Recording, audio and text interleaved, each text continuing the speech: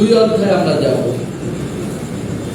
বিচারকর্তৃগণ, জিওসুয়ার পরের পুস্তক বিচারকর্তৃগণ,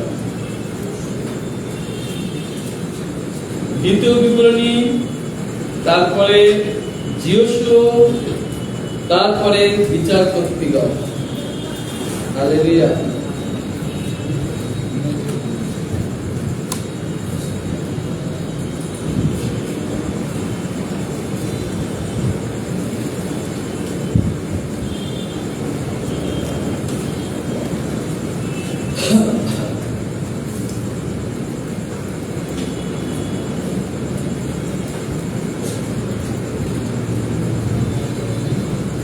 অধ্যায় তার 1 থেকে 20 আমরা দেখব। তার আগে আমি 2 অধ্যায় 1 পদ পড়ব।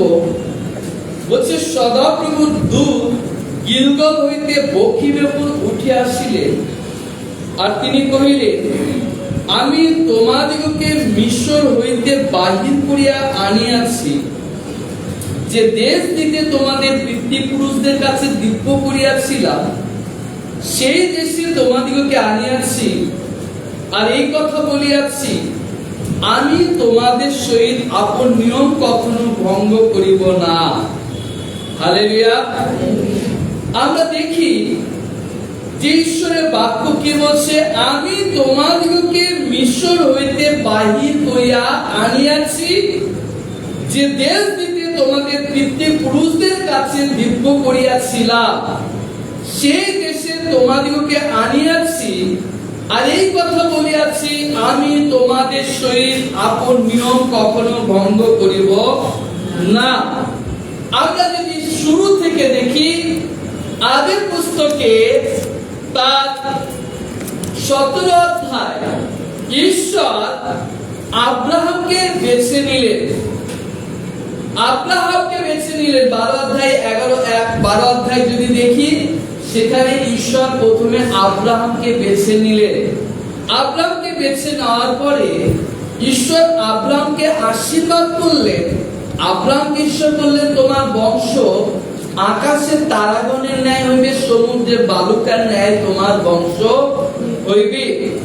এবং আমরা দেখি যে ঈশ্বর আদি পুস্তক তার 17 অধ্যায় 8 পদে ঈশ্বর আব্রাহামকে প্রমিস করেছিলেন। কি প্রমিস করেছিলেন আমরা একটু দেখব। শাস্ত্র বাক্য আদি তার 17 অধ্যায় 8 পদ কি বলছে। আদি পুস্তক তার 17 অধ্যায় 8 পদ, ঈশ্বর আব্রাহামকে কি প্রমিস করেছিলেন।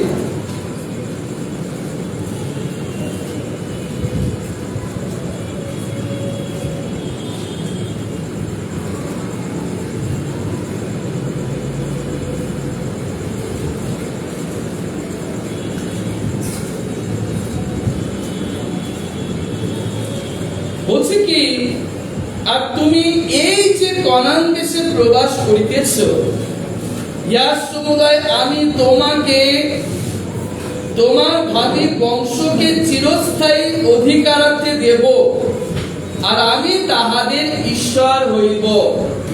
ঈশ্বর আব্রাহামকে প্রমিস করেছিলেন যে আমি তোমার সহিত, তুমি যে কানান দেশে প্রবাস করিতেছ, অর্থাৎ আব্রাহামকে ঈশ্বর বলছে, তুমি যে কানান দেশে বাস করছো,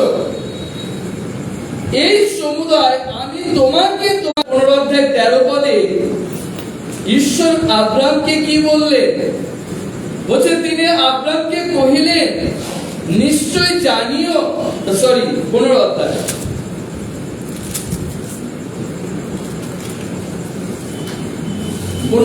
13 পদ বলছে কি, তিনি আব্রাহামকে কইলেন, নিশ্চয় জানিও তোমার সন্তানগণ পরদেশে প্রবাসী থাকিবে এবং বিদেশি লোকদের দাস্যকর্ম করিবে, আর লোকে তাহাদিগকে দুঃখ দেবে 400 বৎসর পর্যন্ত। হালেলুয়া। তাহলে সেই কনান দেশ তার ভাবির অর্থাৎ জন্য সেই কনান দেশে যাওয়ার আগে তার বংশধরেরা কি ধরে তাদের উপরে কি করবে না, তারা কি করবে, সেই বিদেশি লোকদের দাস্য কর্ম করবে। Hallelujah, hallelujah. আর 400 বছর পূর্ণ হইলে পর ঈশ্বর মসির মধ্য দিয়ে ইসরায়েল সন্তানদেরকে মিশরের দাসত্ব থেকে মুক্ত করে। হালেলুয়া। তাহলে ইসরায়েলের লোকেরা তারা মিশরে কত বছর ধরে দাসত্বে বন্দী ছিল? 400 বছর তারা দাসত্বে বন্দী ছিল। হালেলুয়া। এবং শাস্ত্র বাক্য আমরা দেখব,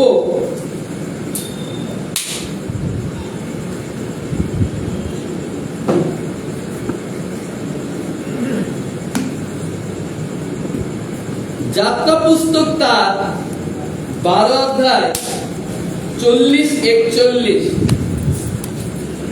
যাত্রা পুস্তক তার 12 অধ্যায় 40-41।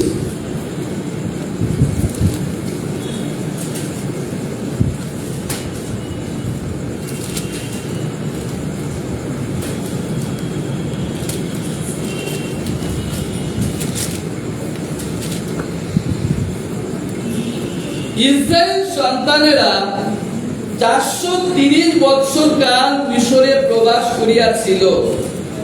আর সেই 430 বৎসরের শেষে ওই দিনে সদাপ্রভু সমস্ত বাহিনী মিশর হইতে বাহির হইল। হালেলুয়া। তাহলে ঈশ্বর আব্রাহামের মধ্য দিয়ে ঈশ্বর কি বলল, যে তোমার ভাবি বংশধরেরা তারা বিদেশে অর্থাৎ মিশরে তারা 400 বছর তারা দাসত্ব করবে। এবং আমরা যদি দেখি ইসরায়েলের লোকেরা তারা মিশরের রাজা ফরনের আন্ডারে 400 বছর তারা কি ছিল না, দাসত্ব করেছিল। হালেলুয়া। এবং ঈশ্বর মোশেকে বেছে নিলে, আর মোশির মধ্য দিয়ে ঈশ্বর কি করলো, সেই ইসরায়েলের লোকদেরকে কি করলো না, সেই মিশরের দাসত্ব থেকে মোশির মধ্য দিয়ে ঈশ্বর তাদেরকে বের করে নিয়ে আসবে। হালেলুয়া। এবং তার জন্য আরো 30 বছর অর্থাৎ 430 বছর আমরা যদি দেখি, 430 বছর মিশরে থাকার পর ইসরায়েল সন্তানদেরকে মিশর থেকে বের করে নিয়ে আসা হয়। Hallelujah, hallelujah. কত বছরে? 430 বছর মিশরে থাকার পর তাদেরকে কি করা হয়, ইসরায়েল সন্তানদেরকে বের করে আনা হয়। হালেলুয়া। আর আমরা যদি দেখি যে মোশির পরে ইসরায়েলের উপরে নেতৃত্ব কে দিলেন? সেই ইসরায়েল সন্তানদের উপরে নেতৃত্ব কে দিলেন? যিশোয়া। হালেলুয়া। অর্থাৎ মোশির পরে ইসরায়েলের লোকদেরকে ঈশ্বরের পথে পরিচালনা করার জন্য ঈশ্বর যিশোয়াকে নেতা হিসাবে নিযুক্ত করলেন। হালেলুয়া। এবং মোশির পরবর্তীকালে যিশোয়ার সমস্ত জীবনকালে যে প্রাচীন বর্গেরা যিশোয়ার মৃত্যুর পর জীবিত ছিলেন, অর্থাৎ যিশোয়া যে প্রাচীন বর্গদেরকে, ইসরায়েলের লোকদেরকে ঈশ্বরের পথে সঠিকভাবে পরিচালনা করছিলেন, ঈশ্বরের পথে তাদেরকে পরিচালনা করছিলেন।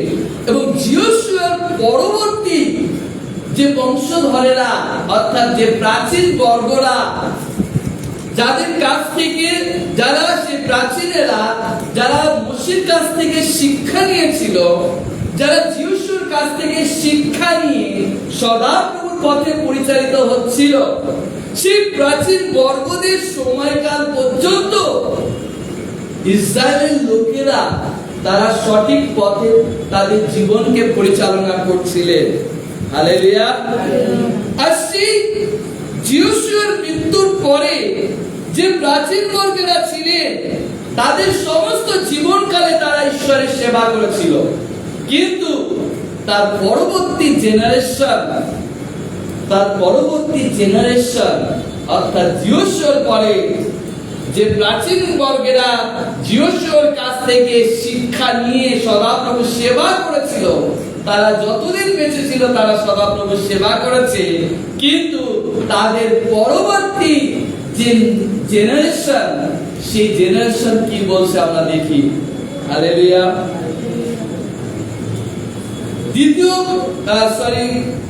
বিচারপতিগণ তার 2 অধ্যায় 2 থেকে 9, 2 অধ্যায় 2 থেকে 9 পদ।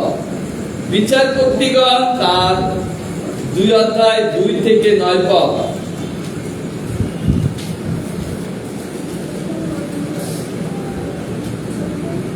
তোমরা এই দেশ নিবাসীদের সহিত নিয়ম স্থির করিবে না, তাহাদের যজ্ঞবিধি সকল ভাঙিয়া ফেলিবে, কিন্তু তোমরা আমার ভাবে কর্ণপাত করো না।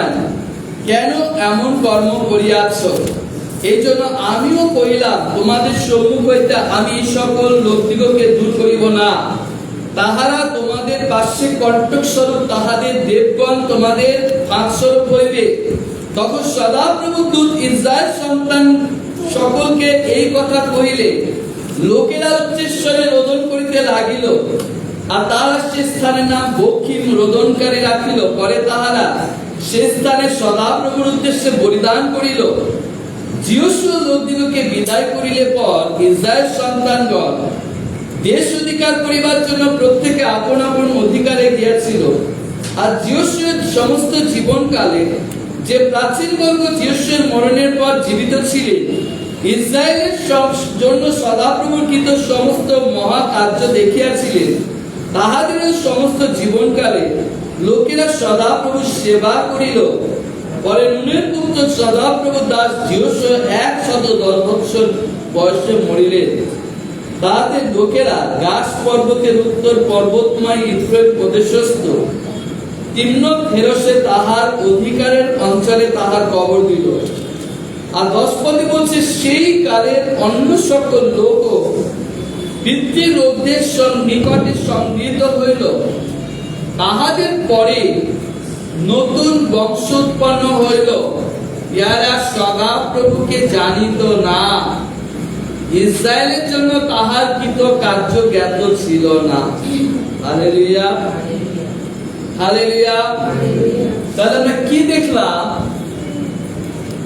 যে মসির পরবর্তীকালে যিশোর নেতৃত্বে যে প্রাচীনেরা যিশোর কাছ থেকে, মসির কাছ থেকে সদাপ্রভুর পথের বিষয়ে শিক্ষা লাভ করেছিল, সেই প্রাচীন বর্গেরা তারা যতদিন বেঁচে ছিল তারা সদাপ্রভুর সেবা করেছিল, কিন্তু তাদের পরবর্তী জেনারেশন তারা কি করত না? তারা সে নতুন বংশধরেরা তারা সদাপ্রভুর সেবা করত না। হালেলুয়া। কেন তারা সদাপ্রভুর সেবা করত না? তার কারণ হচ্ছে সেই প্রাচীন বর্গেরা তাদের পরবর্তী জেনারেশনকে সঠিকভাবে শিক্ষা দেয়নি, সদাপ্রভুর পরিচয় জ্ঞাত করেনি, সদাপ্রভুর বিষয়ে তাদেরকে শিক্ষা দেয়নি বলে তারা ঈশ্বরের পরিচয় অজ্ঞাত ছিল। ঈশ্বরকে কিভাবে আরাধনা করতে হয়, ঈশ্বরকে কিভাবে সেবা করতে হয় তা তারা জানত না। Hallelujah, hallelujah.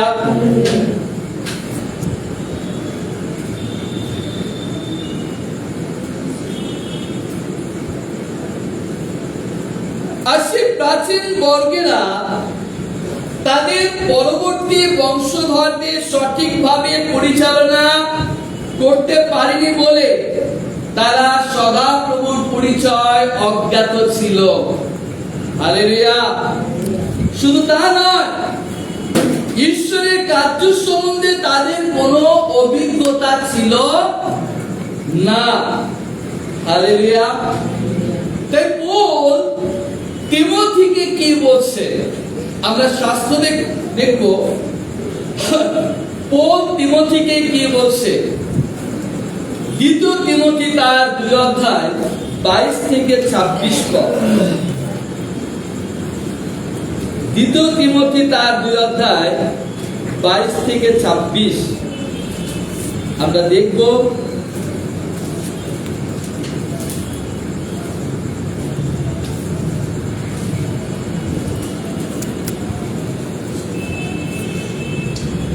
কিন্তু তুমি যৌবনকালের অভিলাষ হইতে পলায়ন করো, যারা সূচি হৃদয়ে প্রভুকে ডাকে, তাহাদের সহিত ধার্মিকতা, বিশ্বাস, প্রেম, শান্তির অনুধাবন করো। কিন্তু মূল অজ্ঞান বিদণ্ডা সকল অস্বীকার করো। তুমি তো জানো এ সকল যুদ্ধ উৎপন্ন করে, আর যুদ্ধ করা প্রভুর দাসের উপযুক্ত নহে। কিন্তু সকলের প্রতি কোমল, শিক্ষাদানে নিপুণ, সহনশীল হওয়া, মৃদুভাবে বিরোধীগণকে শাসন করা তাহার উচিত। হয়তো ঈশ্বর তাহাদেরকে মন পরিবর্তন দান করিবে, যেন তাহারা সত্যের তত্ত্বজ্ঞান প্রাপ্ত হয়, তাহার ইচ্ছা সাধনের নিমিত্ত প্রভুর দাসের দ্বারা দিয়াবলের ফাঁদ হইতে জীবনার্থে দিত হইয়া চেতনা পাইয়া বাঁচে। হালেলুয়া। তাহলে আমরা কি দেখলাম, যে পৌল তার পরবর্তী জেনারেশন অর্থাৎ সেই তিমোথীকে পৌল শিক্ষা দিয়ে কি করেছে না, পৌলের স্থানে দাঁড় করেছে। হালেলুয়া। অর্থাৎ পৌল তিমোথীকে এমন ভাবে শিক্ষা দিয়েছে যাতে তিমোথী পৌলের কাছ থেকে যে শিক্ষা পেয়েছে, তিমোথী যেন সে একই শিক্ষা তার পরবর্তী জেনারেশনকে দেয়, যাতে তার সেই নতুন বংশধরেরা, যারা নতুন বংশধরেরা আসবে, তারা যেন ঈশ্বরের পথের বিষয় জানতে পারে, ঈশ্বরের পরিচয় জ্ঞাত হতে পারে, এবং ঈশ্বরকে কিভাবে সেবা করতে হয়, কিভাবে আরাধনা করতে হয়, তা তারা জানতে পারে। সেই জন্য পৌল তিমোথীকে বলছে যে যুদ্ধ করা প্রভুর দাসের উপযুক্ত নহে, কিন্তু সকলের প্রতি কোমল। অর্থাৎ একজন নেতা, একজন ঈশ্বর ভক্ত লোক কিরকম হওয়া উচিত, একজন শিক্ষক কিরকম হওয়া উচিত, একজন বাড়ির পরিবারের মাথা কিরকম হওয়া উচিত, ফ্যামিলির মাথা কিরকম হওয়া উচিত। তাই বলছে কি, বলছে সে কিরকম হতে হবে, কোমল। অর্থাৎ সে পরিবারের মাথা, সে তার পরিবারকে কোমল ভাবে তার পরিবারকে পরিচালনা করবে। হালেলুয়া। এবং তার ফ্যামিলিকে ঈশ্বরের পথের বিষয়ে শিক্ষা দিয়ে গড়ে তুলবে। হালেলুয়া। যদি তারা তা না করে, তাহলে কি হবে, তাদের সন্তানেরা সদাপ্রভুর পরিচয় অজ্ঞাত থাকবে, এবং তারা কিভাবে ঈশ্বরকে আরাধনা করতে তা তারা শিখবে না, জানবে না, এবং তারা কি হবে না, ভুল পথে পরিচালিত হবে। তাই বলছে কি, তাদেরকে শিক্ষা দিয়ে ধৈর্যপূর্বক তাদেরকে কি করতে হবে না, ঈশ্বরের পথের বিষয়ে শিক্ষা দিয়ে তাদেরকে সঠিক পথে পরিচালনা করতে হবে, যেন তারা মন পরিবর্তন করে ঈশ্বরের কাছে ফিরে আসে। আর যদি তারা মন পরিবর্তন করে ফিরে না আসে, তাহলে কি হবে, দিয়াবলের ফাঁদে পড়ে, শয়তানের ফাঁদে পড়ে তারা কি হবে, তাদের আত্মিক জীবনকে নষ্ট করে দেবে। বুঝতে পারছি? সেই জন্য আমরা পুরাতন নিয়মে আমরা দেখি সেই প্রাচীন বর্গেরা তারা তাদের নতুন বংশধরদের অর্থাৎ তাদের নেক্সট জেনারেশনকে সঠিকভাবে শিক্ষা না দেওয়ার জন্য সেই পরবর্তী বংশধরেরা তারা ঈশ্বরকে কিভাবে আরাধনা করতে হয়, কিভাবে ঈশ্বরকে সেবা করতে হয় তা তারা জানতো না বলে তারা ঈশ্বরের বিরুদ্ধে দিনের পর দিন অন্যায় করেছিল। ঈশ্বরের বিরুদ্ধে দিনের পর দিন অধর্মের কাজ করেছিল এবং অবিশ্বাসীদের সঙ্গে তারা সম্পর্ক স্থাপন করেছিল। Hallelujah, hallelujah. আর দ্বিতীয় বিবরণীতে 28 অধ্যায় আমরা যদি দেখি যে ঈশ্বরের অবাধ্যতার ফল কি হতে পারে, আর যখন তারা ঈশ্বরের পরিচয় অজ্ঞাত ছিল, ঈশ্বরের পথকে জানতো না, ঈশ্বরকে সেবা করতো না, তার কারণে তাদের জীবনে কি আসতে লাগলো? সমস্যা আসতে লাগলো, প্রবলেম আসতে লাগলো, পরিবারের সমস্যা আসতে লাগলো, ফাইন্যান্সে প্রবলেম আসতে লাগলো, বিভিন্ন শারীরিক প্রবলেম, বিভিন্ন রোগ, বিভিন্ন প্রবলেম, বিভিন্ন সমস্যা তাদের জীবনে আসতে লাগলো। দ্বিতীয় বিবরণী তার 28 অধ্যায় 25 থেকে আমরা যদি 29 দেখি, সেখানে আমরা দেখতে পাবো যে কি কি প্রবলেম তাদের জীবনে আসছিল। আমরা একটু দেখবো 28 অধ্যায়, দ্বিতীয় বিবরণী তার 28 অধ্যায় আমরা 25 থেকে 29।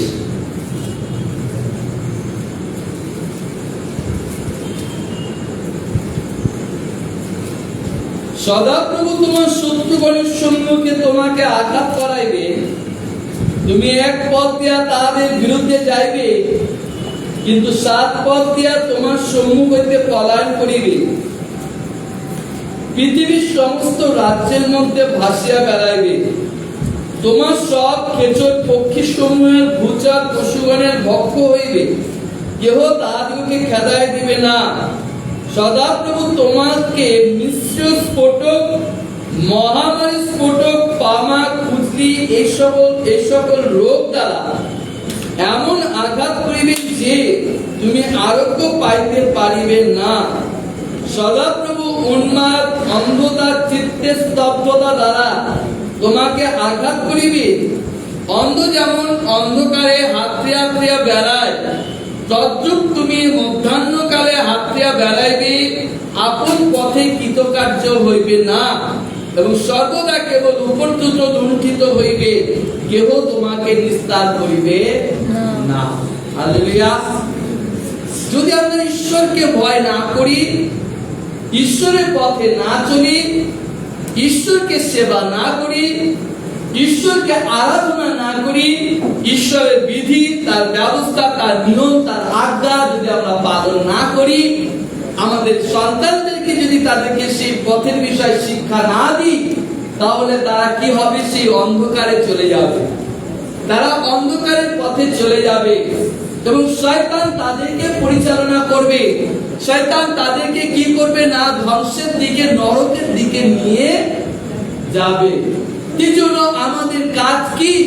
আমাদের পরিবারকে রক্ষা করা, আমাদের ফ্যামিলিকে রক্ষা করা, আমাদের পরিবারকে প্রভুর পথ শিক্ষা দেওয়া, যেন তারা সদাপ্রভুকে সেবা করে, সদাপ্রভুতে বৃদ্ধি লাভ করে, সদাপ্রভুর আরাধনা করে, সদাপ্রভুকে অনুসরণ করে।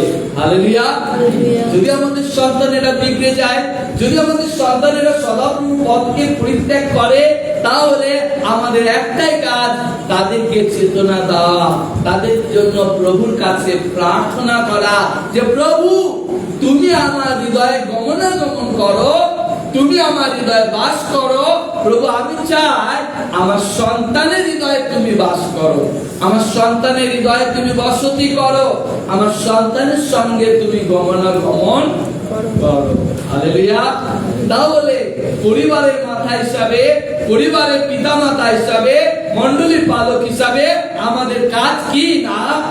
তাদেরকে চেতনা দেওয়া, যেন তারা সদাপ্রভুর পরিচয় জ্ঞাত হতে পারে, সদাপ্রভুর সেবা করতে পারে, সদাপ্রভুর আরাধনা করতে পারে। হালেলুয়া। ঈশ্বর তিনি কি করলেন, সেই ইসরায়েলের লোকেরা যখন সদাপ্রভুর বিরুদ্ধে অন্যায় কাজ করতে লাগলো, সদাপ্রভুর বিরুদ্ধে অধর্মের কাজ করতে লাগলো, তখন ইসরায়েলের লোকেরা তারা সদাপ্রভুকে ডাকতে লাগলো, সদাপ্রভুকে তারা ডাকতে লাগলো। Hallelujah, hallelujah. আর ঈশ্বর ইসরায়েলের লোককে, যেহেতু ঈশ্বরের মনোনীত বংশ, ঈশ্বরের বাছাই করা বংশ, তাই ঈশ্বর তার মনোনীত বংশকে রক্ষা করার জন্য যখন ইসরায়েলের লোকেরা তাদের ভুলটাকে বুঝতে পারলো, ইসরায়েলের লোকেরা তাদের অন্যায়কে বুঝতে পারলো, যখন তারা সদাপ্রভুর প্রতি ফিরতে চাইলো, তখন ঈশ্বর তাদের প্রতি দয়া করলেন, ঈশ্বর তাদের প্রতি দয়া করলেন। Hallelujah, hallelujah. আর এই কারণে যিশোর পরবর্তীকালে ঈশ্বর কি করলেন, সেই ইসরায়েলের লোকদেরকে চেতনা দেওয়ার জন্য, ইসরায়েলের লোকদেরকে ঈশ্বরের পথে পরিচালনা করার জন্য ঈশ্বর কি করলেন, কাদেরকে বেছে নিলেন, বিচারকর্তা বেছে নিলেন। হালেলুয়া। কাদের বেছে নিলেন, বিচারকর্তাদেরকে বেছে নিলেন। আর এই জন্য পুস্তকের নাম কি, বিচারকর্তৃগণ। হালেলুয়া। আমরা দেখব শাস্ত্র বাক্য 2 অধ্যায় 16 থেকে 20, বিচারকর্তৃগণ তার 2 অধ্যায় 16 থেকে 20 পদ কি বলছে আমরা দেখব।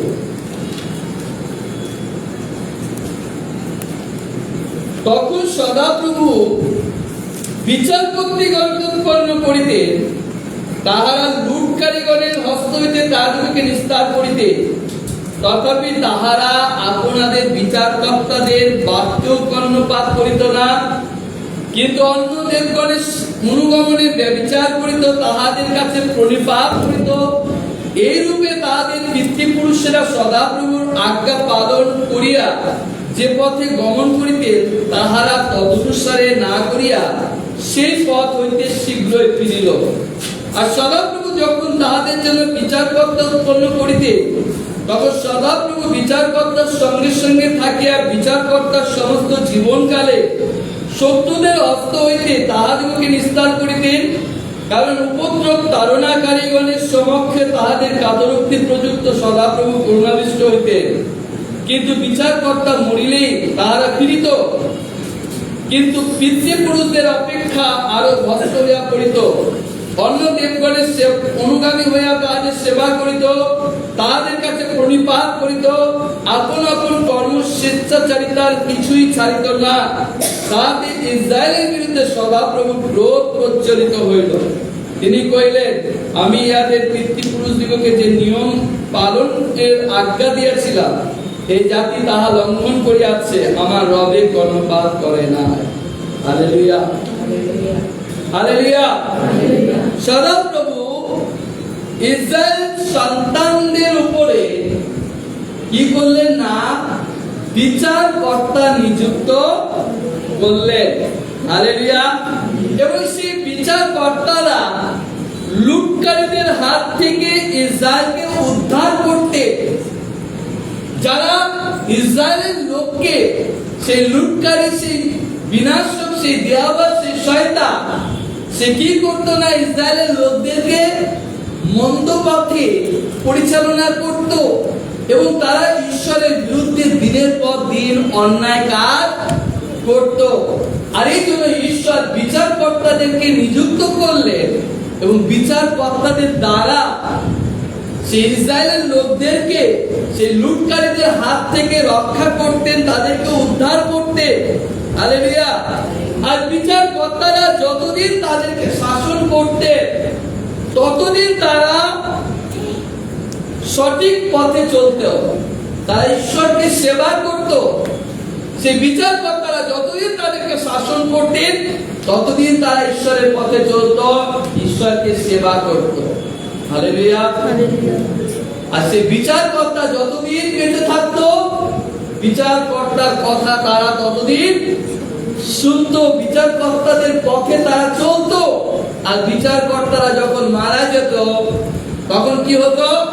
আবার তারা ইসরায়েলের লোকেরা আবার মন্দ পথে আবার মন্দ কাজ করত, আবার ঈশ্বরের বিরুদ্ধে তারা অন্যায় কাজ করত। হালেলুয়া। দ্বিতীয় বিবরণী তার 9 অধ্যায় 12 পদ আমরা দেখব। দ্বিতীয় বিবরণী তার 9 অধ্যায় 12 পদ কি বলছে?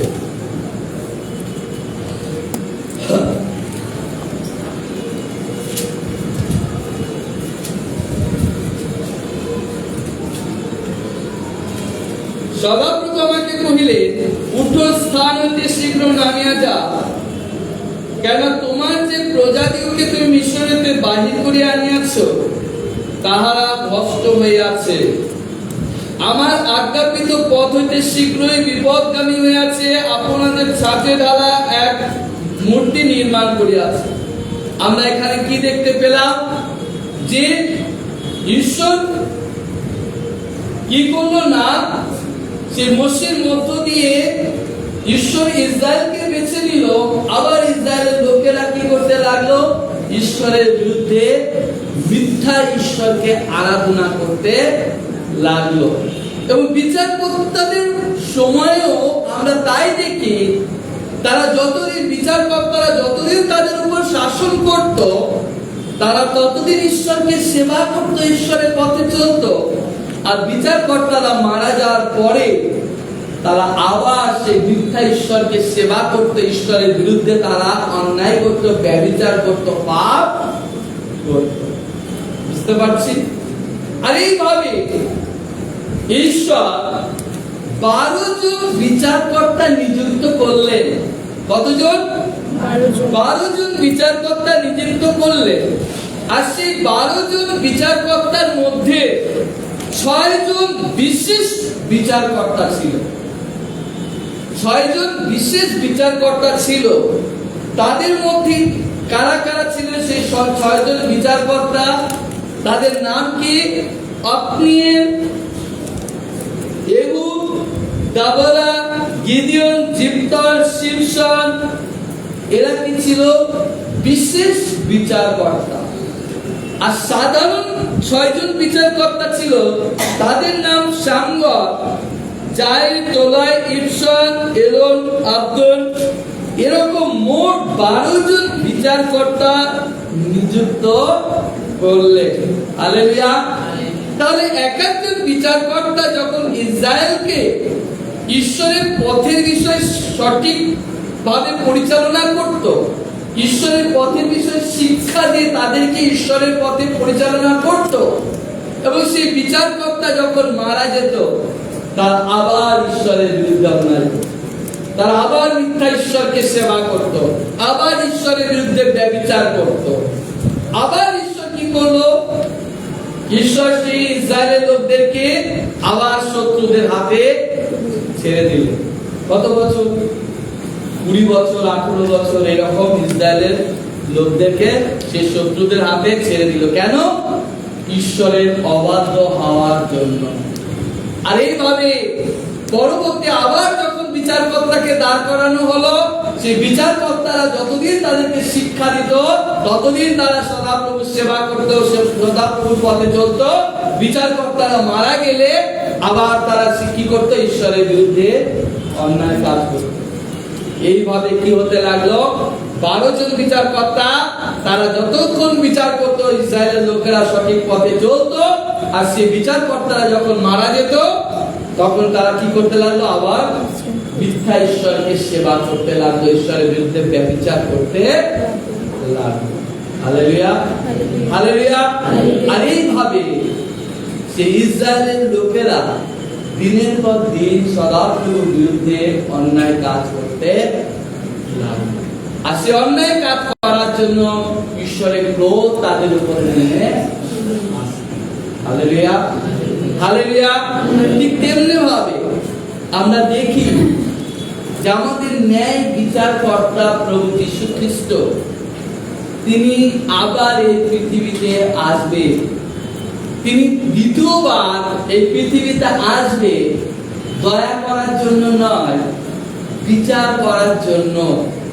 কারণ তিনি একবার এই পৃথিবীতে এসেছিলেন দয়া করার জন্য, যাতে আমরা তার দয়ার গুণে পাপের ক্ষমা পেয়ে ঈশ্বরের ধার্মিকতার পথে পরিচালিত হই।